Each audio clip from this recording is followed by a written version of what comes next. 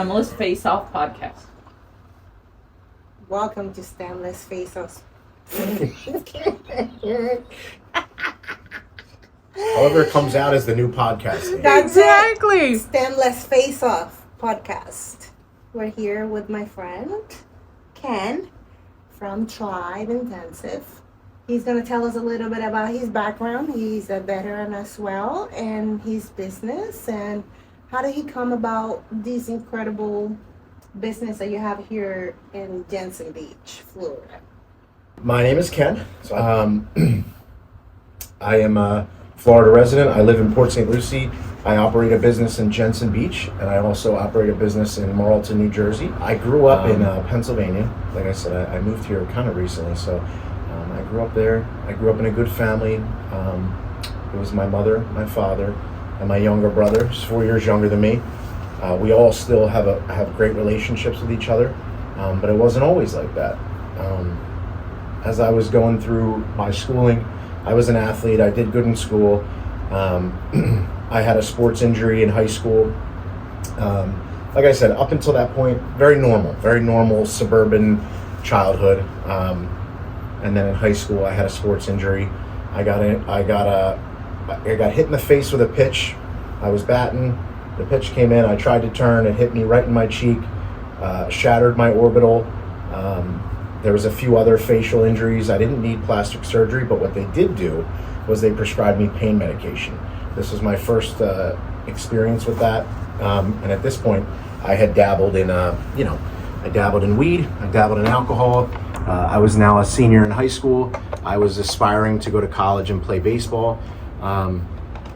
And because of that injury, it really messed with the identity of myself. And as I've grown and matured, I understand what happened to me in that moment was I had associated so much of my identity with baseball. And when they told me I couldn't finish the season because of that injury, because of liabilities and whatnot, I fell off real bad. I mean, I was told, oh, well, you can, come sit on the bench with the guys and support the team. And the thought of sitting on the bench was so painful to me that I couldn't do it. So what I ended up doing really was turning to the drugs. And what happened was when those pain medications were off, I really loved the feeling that it gave me. It gave me that numb feeling with what I was so worried about, losing that identity and whatnot. So I sought them on the street. And because of my background in dabbling with weed and alcohol, I had known some people in the neighborhood that could help me out with that. And so started my addiction and alcoholism journey. So that went on for a little bit where I started becoming a serious problem for my family. They were kind of beside themselves. They never really had any experience in this. My parents had me young. They didn't have any real drug abuse in their history. They both are social drinkers, but they go to work. They complete their daily tasks. They have wonderful lives. So when I got addicted to drugs, it was a big shock. And then there came a series of me running from my issues. I'd love to have a wonderful story about why I joined the military, but it was more so me running from myself. I went to a recruiter, and I signed up for the military. And when I went to the recruiter, it was at the height of a two-front war that we were fighting at the time, in Iraq and Afghanistan. So they were looking for anybody and everybody. So, they were glad for me to sign on the dotted line, and I was glad to do it because I was running for myself as fast as I could go. So I signed up. I shipped out in January, right after high school. I graduated in 2006, and it was kind of a whirlwind. So what I tell people is, because I've shared my story in the rooms of AA and stuff before, but what I like to tell people is my military service was very. When I went into boot camp, I was still detoxing, so I never fully got clean before I went in. So I was very lucky when I went in. There was a giant, what they call a recruit drop, and there was just hundreds of people waiting to get put into their training battalions and stuff. So what I was doing was I was sitting on the upper deck of that main building at Paris Island, and we were just literally sitting there. And all they did was feed us and yell at us and feed us and yell at us, and that was it for 3 days until we got dropped to our platoon. And what I did was I just pounded water, prayed that I would pee clean when they tested me, because I knew that was coming. And then they do that when you first get there and all that good stuff. But here's the kicker. They don't tell you if you failed until like week 8 of boot camp. So I would have had to do all of boot camp and then be told, listen, you're a piece of shit, you failed your drug test. And I would have had to go home, and I would have been separated from the military. Oh, wow. So when that time came, I remember we had just gotten back from the rifle range and we were testing and whatever. And I remember them pulling aside like 8 people. And by that time, a lot of people had left the platoon. I think we started with 81 and there was something like 60 people left. So then they pulled an additional like 8 people aside, told them that they failed the drug test, and they were out. So really what happened there was I got lucky. And so I went on, with my military service, and I remember, when they initially asked me what I wanted to do, because I did test high on my testing. I wanted to be in the thick of it. I don't know why I did, but I think it was just that inner part of me that wanted to and I've always had this where I wanted to prove myself to people, I wanted to make people proud. I wanted to become something. And that's kind of why I chose that route. So I went to the infantry training battalion after boot camp, after a small visit with my parents and close family. I remember my grandfather being extremely proud because he's prior military. So it was a really cool thing. I felt like I was getting some of that camaraderie and admiration that I had gotten through baseball. So my identity started to come back, and I was feeling good about myself. But what I didn't know was that there was this dormant addiction inside me, and it was there, and it'll always be there. And when I went to the training battalion, I finished my training. I went to Hawaii. That's where I was stationed for my military service, and I got dropped to my battalion, 3rd Marines, 3rd Battalion, 3rd Marines, Kaneohe Bay. So I spent my time there. But the biggest, we talked about before the podcast, details are so unimportant in this part of my life, because so much of it was a blur to me that I had got married, I had a child, I deployed, I did a lot of stuff, but it was all such a blur. And what came of it, what I like to tell people is, what the military service was for me was, man, I remember being in and thinking, I have no job relatable skills. When I get out of here, I'm so fucked, I don't know anything other than how to work these machine guns or this rifle, or what's the range of this, or what's the, I felt like I was so not in a good spot for when I got out. So there was a lot of fear. And I remember getting back on the drugs while I was in the military, and it literally destroyed my life in the blink of an eye. I lost my wife, who I didn't even know. Let's be real here. I'm gonna try and be as real as possible. I didn't know this woman. I was drinking all the time. I got married for the wrong reasons. I wanted more money. I wanted to get out of the barracks. And then we obviously, we had a child, and as wonderful as she is, I didn't know how to be a father, I didn't know how to be a father at all. I rushed all this stuff. But the one thing I can take from looking back on it is that whole entire time helped me to mature beyond my years. I gained so much maturity and so much knowledge on how to handle people and stressful situations, and that's what I can take from it. As I don't have the cookie cutter story. I was separated out of the military for drug use. They had a 0 tolerance policy at the time, so towards the end of my military service, I was kind of separated out and kind of swept under the rug. And that's something that I kind of, I held on to it for a while. That was part of my addiction as well, holding on to those resentments to people, thinking that you gave all of yourself to somebody only to be thrown away in the trash.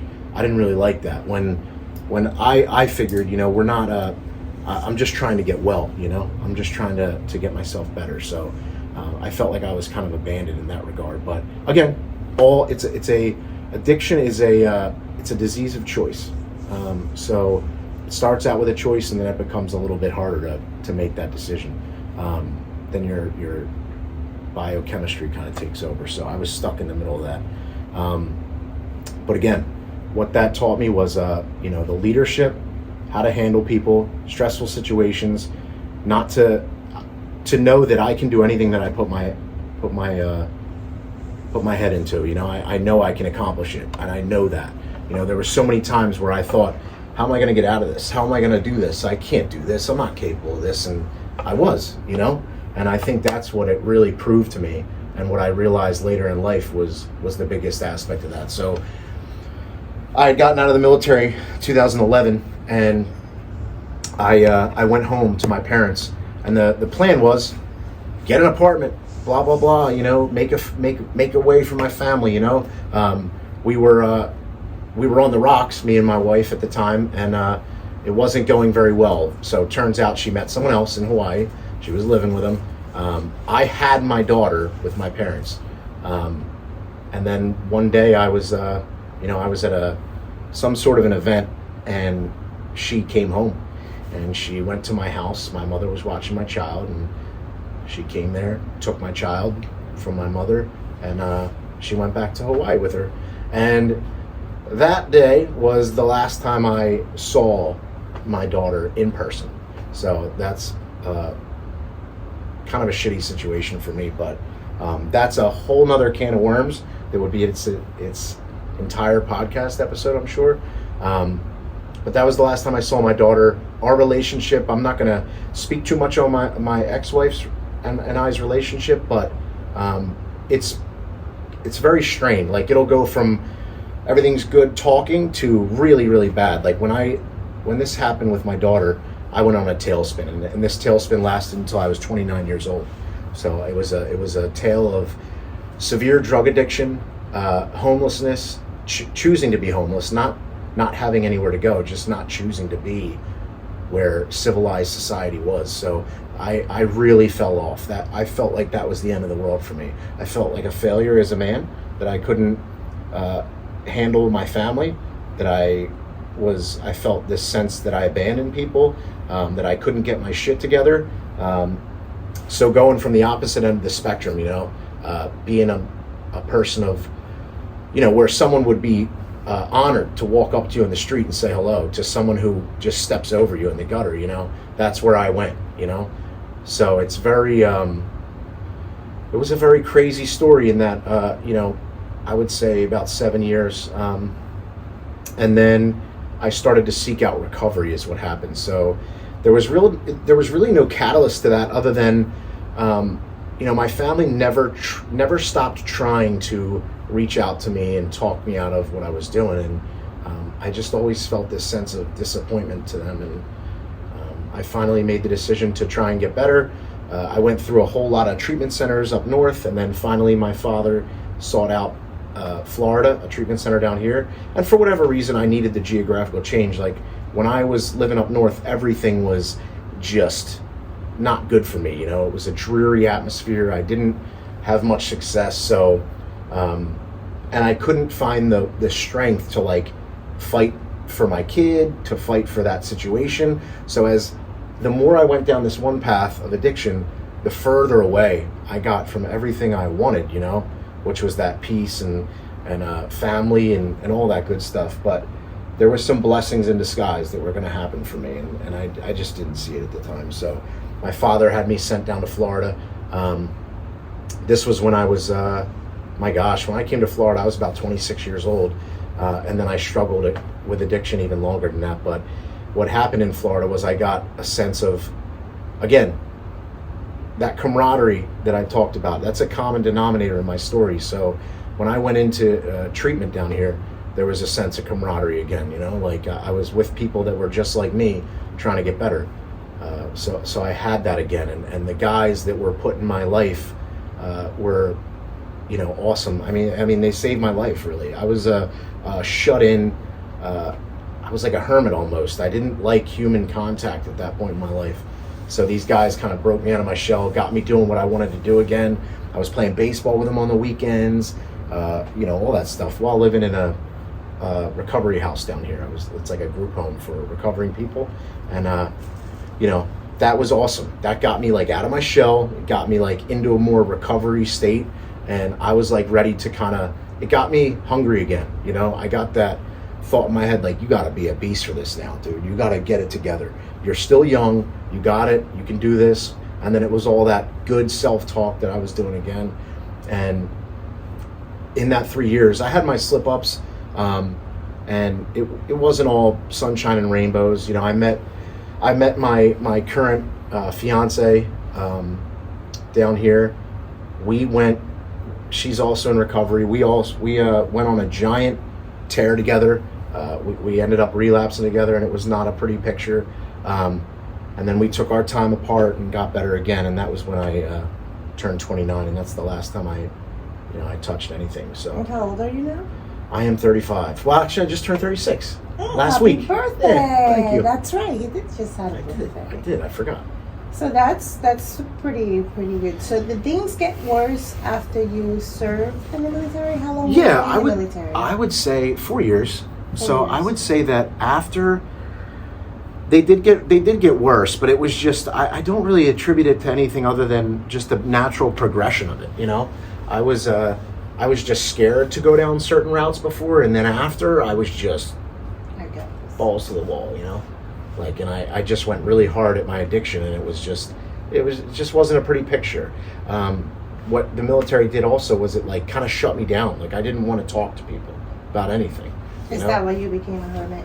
Yeah, I guess so. I guess it was just not wanting to share my stuff with anyone. I wanted to kind of like guard it, hold it in, because Is that a stigma of some sort? Yeah, I think it was the stigma, and because my experience with the military was, I was considered, like, after I got kicked out for the or when I came out that I was using, it was kind of like I wasn't the same person to people. Like I was just a shitbag. So they just looked at you different. Yeah, which wasn't the case. Yeah, but it was that stigma, I guess.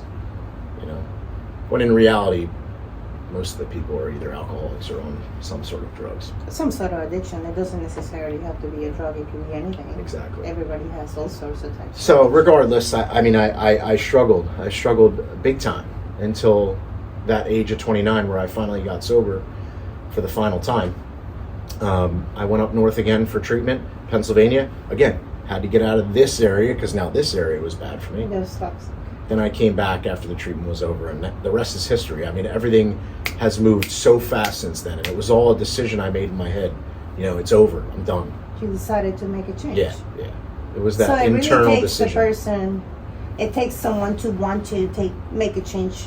100%. There needs to be. It can't be. The family support and the constant probably helps, but at the end of the day, it is your choice. Yeah, absolutely. You have to want it bad enough. Yeah, there has to be a desire in your heart to be better for yourself.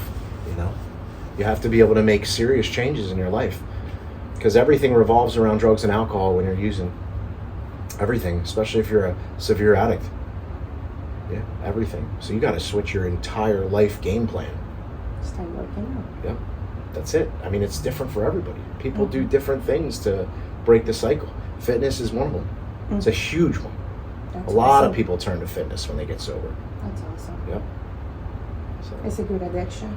yeah, it 100% you is. get results out of it. Yeah, absolutely. Good results. So my journey down here, like, it was the people I met really, and all these different sayings you hear, like, being in rooms with people that are, of, I don't know how you say this, but like more successful than you. Right. Like, put yourself right. in situations where Leaders. yeah, exactly. And when I did that, I started to see opportunities, doors open, stuff like that. And if you're just hanging out with the same turds that you hang out with, Yeah. when you're a kid, You'll always be a turd. yeah, you'll always be a turd. You're going to be the sixth turd.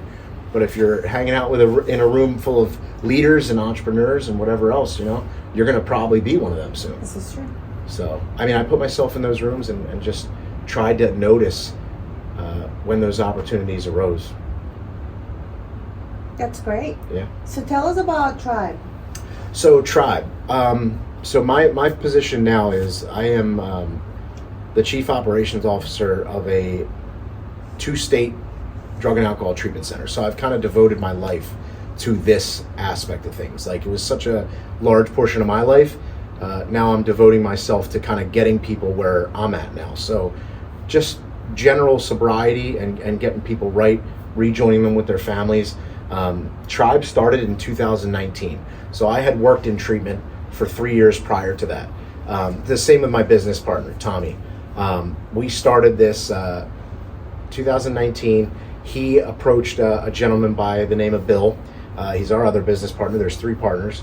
And he said, what do you think about, helping us with this, treatment center? I'd like to do this on my own. Me and, I've always wanted to do this. And Tommy was a good friend of mine at the time. And he thought that I could bring some value to the business because I was kind of I was more of a people person, I guess. Mm-hmm. I did really well with people and always was able to connect with people really well. So he kind of brought me into the fold, and me, Tom, and Bill started this in 2019, very scared, I think. I can only speak for myself. I was extremely scared. Like, I had, my fiance and I just had our first child, my baby boy, and I was secure in my job. I was making good money. I was doing well. What did you do before? I worked in treatment just for someone else. I worked for someone else, and I was doing really well. And to make that jump, the uncertainty was very scary, but God, was it worth it? It was so worth it.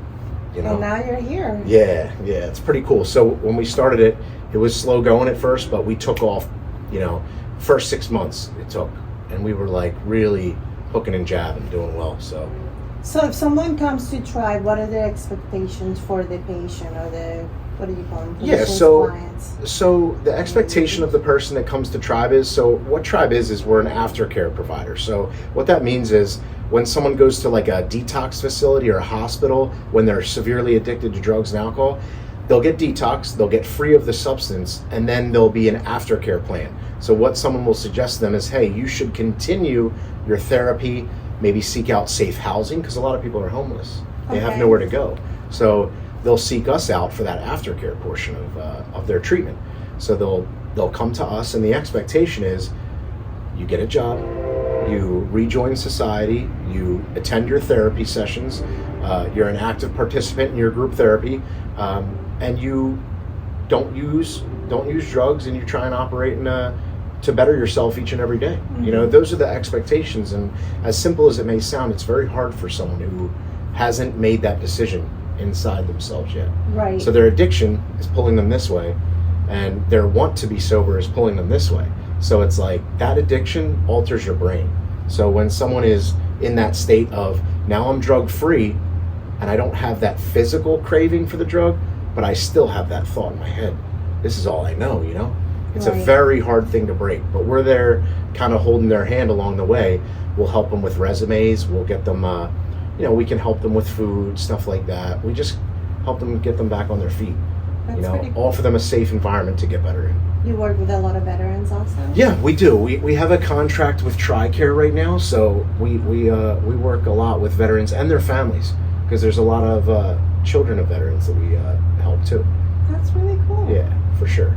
So we do. We work a lot with veterans. There's been a lot of guys that have come through the program that I've built pretty strong friendsps with. So it's a good thing. That's awesome. Yeah. So it's like a little family. Oh, it's 100% a little family. We are a small facility, both locations. It's only 20 beds each. So I know everyone's name that walks through that door. There's no way you're getting through our treatment program without me knowing who you are and what you're about. That's awesome. Yeah, I love it. And you guys do like activities on the weekends? Oh yeah, we do all sorts of stuff. Like they went to the movies this morning, so Fridays we call it Tribe Friday. We do a fun activity with them. We'll go kayaking, we'll go bike riding, we'll go on the boat. We're part of a boat club. We'll do all sorts of stuff with them. We ask them what they want to do, and we'll do it with them. If they have a different idea, we'll go to the botanical gardens. We've done like the Christmas lights different times. We've done all sorts of stuff with them. Yeah, also come and train here. Yeah, we did training for a while here. Listen, it goes through phases. So for a while we had a lot of clients that wanted to work out. Then it goes through a phase where nobody wants to work out, and it's It like, happens. well, And there's listen. Christmas. And it's like pulling teeth trying to get people to work out if they don't want to work I out. know. So I've been telling Ken about it. I know, whatever. You know what? I knew it was No coming. pressure, Ken. I knew it was coming at some point. No pressure. Yeah, No, he did come once. I did. He did great. So tell us how we can find you on your website for Tribe. Yeah, Is so there a we- phone we- number and Instagram. We do. We have a website, tribeintensive.com, and then we have and then tribeintensivenewjersey.com, and we also have our housing entity, which is cayugahousing.com. And you can find us on Instagram, tribe_intensive, and then tribeintensivenj. Yep. Perfect. Thank Yeah, you so so there's much. multiple ways to find us. You can also search me, Facebook, Instagram, Ken Link. I'll come up, and then you can kind of like just figure it out from my pages where we're at.